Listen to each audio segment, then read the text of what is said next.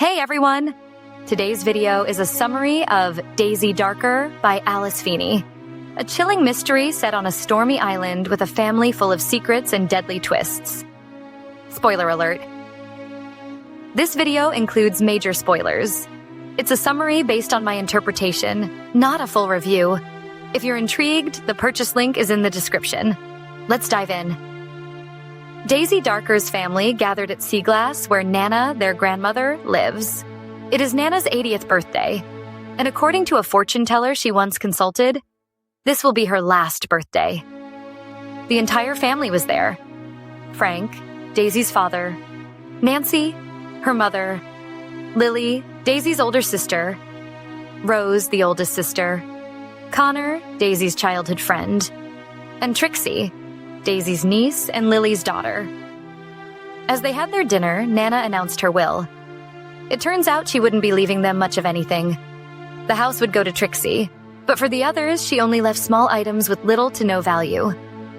The family wasn't happy about the will. Some of them even decided they would leave by morning. But after dinner, the crimes began. They found Nana's dead body in the kitchen first. It looked like she had slipped, but they couldn't help but grow suspicious, wondering if someone had killed her because of what was in her will. There was also a poem written for them to read, along with a VHS tape for them to watch. As they watched the home movie, it brought back a lot of memories for them. Daisy was different from her sisters because she had a heart condition. They referred to her as someone with a broken heart. Lily, in particular, was especially mean to her. Lily was their mother's favorite, while Daisy was Nana's favorite. Nancy was also overly protective of Daisy, so she wasn't allowed to do the same things as Daisy and Rose. She didn't go to school, and she didn't have any friends. She just stayed at Seaglass. Next was Frank. He was playing the piano, but then he suddenly fell down. It seemed like his glass of whiskey had been poisoned. Trixie went missing, and they feared she would be the next to die. She was found hidden, having been injected with insulin. Fortunately, Rose acted quickly and saved her. Next to die was Nancy. She was found outside, lifeless, with flowers tied in her hands. After that, Lily died. She was just in the living room with them when she suddenly stopped breathing. It turned out she had been poisoned by her perfume. Then came Connor. He was hiding with Rose, Trixie, and Daisy when they heard footsteps from outside. Connor went out, and when Rose went to check on him, she found him dead, with a newspaper stuffed inside his mouth. The last to die was Rose. She was shot by Trixie. Daisy was in shock at what Trixie had done. She couldn't believe her innocent niece was capable of such an act. She also wondered if Trixie would be coming after her next. But Trixie didn't. She couldn't, because Daisy was already dead. The truth? Daisy had long been dead. She died when she was just 13 years old. She had been a ghost all along, which was the reason why her entire family wouldn't talk to her. Only Trixie could see her. Trixie had a broken heart too, just like Daisy. She started seeing Daisy after she fainted at school. Trixie's heart stopped at that time, and when she woke up, Daisy was already there. They spent time together, and Daisy told her how she had died. Trixie brought this up to Lily, but Lily only got angry and wouldn't believe her. Trixie also mentioned it to Nana, and at first, Nana didn't believe her. But eventually, Nana saw the proof. Trixie was able to know things that no one else could have told her. One of the things they loved doing together was playing Scrabble, and Nana witnessed the tiles moving by themselves. How did Daisy die? On Halloween, after celebrating Nana's birthday, Rose, Lily, and Connor were allowed to leave Seaglass to hang out with their friends. By then, they were already teenagers. Rose would soon be leaving for college, and Connor wanted to impress her. By then, Rose and Connor were already in a relationship. Connor drove, taking the car from his father. Daisy tried to ask Nancy if she could go with them, but Nancy wouldn't budge. So Daisy decided to sneak out. She brought a blanket and secretly rode in the car with Connor and her sisters, hiding in the baggage area. When they arrived, she revealed herself to them. They were horrified, but instead of taking her back to Seaglass, they decided to let her tag along. They were drinking, and Daisy covered herself with the blanket the whole time. They played spin the bottle. When Lily spun the bottle, it pointed towards Connor. They kissed. Rose felt uncomfortable, both as Connor's girlfriend and as Lily's sister. After the game, they went swimming and Daisy was left behind.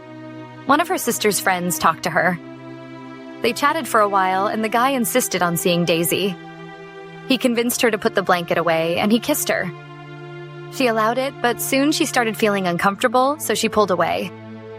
The guy got angry and she ran away. As she ran, she saw two people by the shore. It was Connor and Lily. They were talking. Lily was seducing Connor.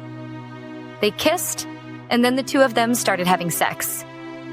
Daisy watched, but then she slipped and made a noise. Connor and Lily looked up and saw her. She ran. Daisy ran and found Rose. Connor and Lily were behind her.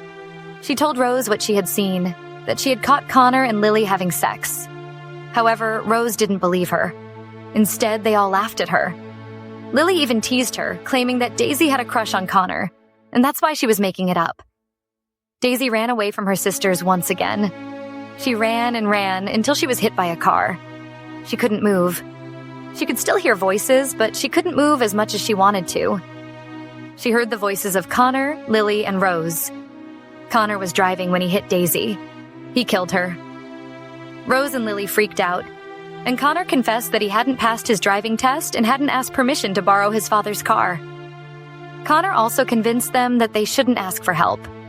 Just let Daisy die. She was dying anyway, and didn't have much time left.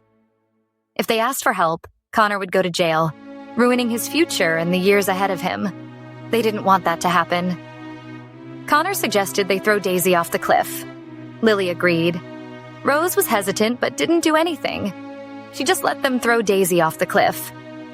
When they got home, they didn't mention anything to anyone. The next day, Daisy's body was found by the shore.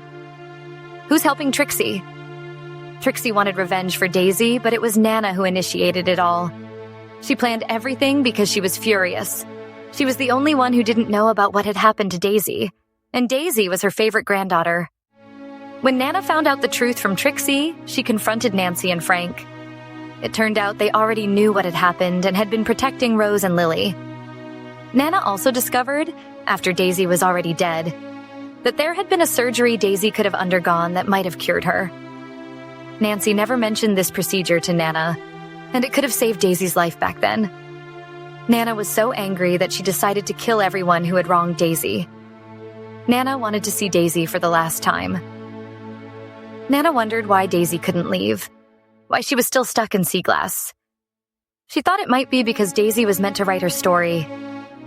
Before she died, Daisy had gotten a pen from Nana's agent and mentioned that she would write her own story and let the agent read it. Nana believed that once Daisy completed that, she would be able to pass peacefully and no longer be stuck. Nana wanted to see Daisy one last time. She drank her tea, and soon she started seeing Daisy. Nana had put poison in her tea because it was the only way to see Daisy. Only the dying could see Daisy. This had been proven by Trixie and Rose. After Trixie shot Rose, she saw Daisy and called out her name. Nana was happy to see Daisy again. She was still wearing the same clothes from the night she died, and she was still 13 years old. Nana said she didn't have many years left anyway, according to the fortune teller. So, she decided to die early, so she could have the chance to see Daisy. Nana died, leaving Daisy and Trixie behind. Trixie suggested that Daisy should now start writing her story. The end. Other scenes worth mentioning. Connor's father and Nancy had a relationship. Nancy and Frank had long been divorced, but Connor's father stayed connected to the family because Connor liked spending time at Seaglass. At one point, they were both happy together. However, when Frank had an accident, Nancy had to take care of him, which made Connor's father jealous. He felt like he was losing Nancy. This led to the end of their relationship, as Connor's father reverted to his alcoholism. Connor's father killed himself when he heard about Daisy's death. He had always been drunk, and when he learned of her death, he also saw her blood on his car. He didn't know that Connor had taken his car, and in his drunken state, he thought he had killed her. Consumed by guilt, he jumped off a cliff.